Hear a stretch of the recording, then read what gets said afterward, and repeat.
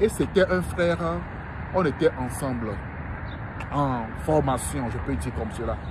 Et il y avait une fille américaine qui était venue sur notre base.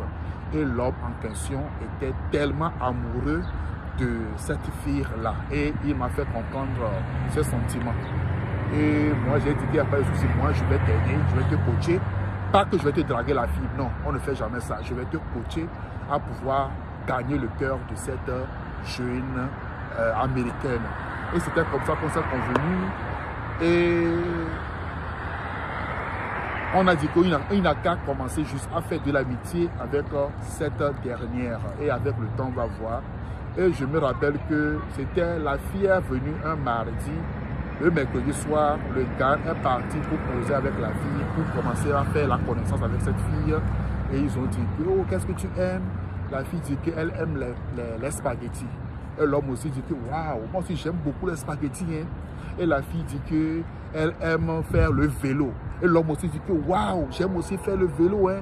Et la fille dit qu'elle aime regarder des feuilletons. L'homme aussi dit que, non, nous avons des points communs. Et moins de 5 minutes, l'homme que je vous dis a déclaré ses flammes à la fille que tu es la femme de ma vie. Et c'est fini. La fille américaine a pris la fuite. Pour récupérer cette fille, c'était compliqué. Hein? Et je vous rappelle que la fille était venue pour faire 3 mois avec nous sur la base. Et je vous rassure que ça n'a pas fait 2 semaines, la fille a quitté. Elle a quitté le Togo. Tout juste pourquoi? Parce que la fille, premièrement, était tellement intéressée par cet homme. Disons la vérité. Elle était tellement intéressée. Mais le fait que tu n'as pas encore connu la personne et tu dis que tu es la femme de ma vie, ça va faire fuir quoi? Ça va faire fuir la femme. Alors c'est très important de savoir comment dire ça. On arrive à un niveau donné de la relation. On arrive à une confiance. Tu vas la mettre en confiance.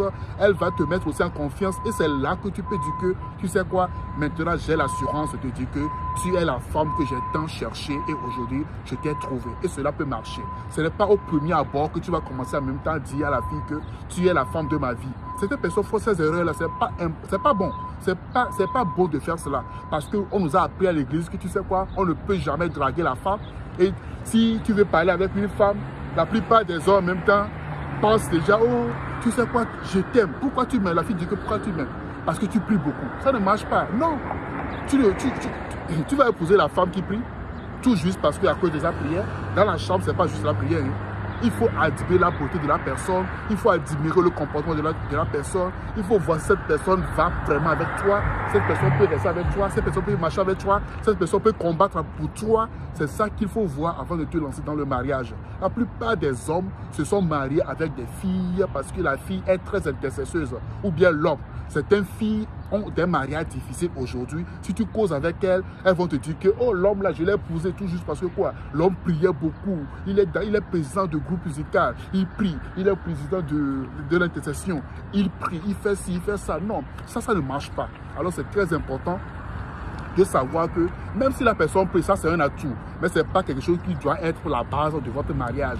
Ça ne peut pas être aussi la base de votre relation.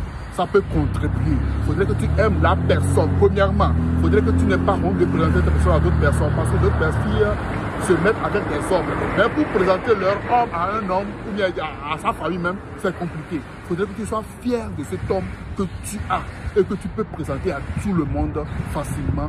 Que Dieu vous bénisse, afin que vous puissiez aussi mettre ces conseils en pratique, afin qu'un jour, vous puissiez aussi devenir l'homme marié, la femme mariée, et le célibat va quitter dans votre vie pour toujours, au nom de Jésus. Amen.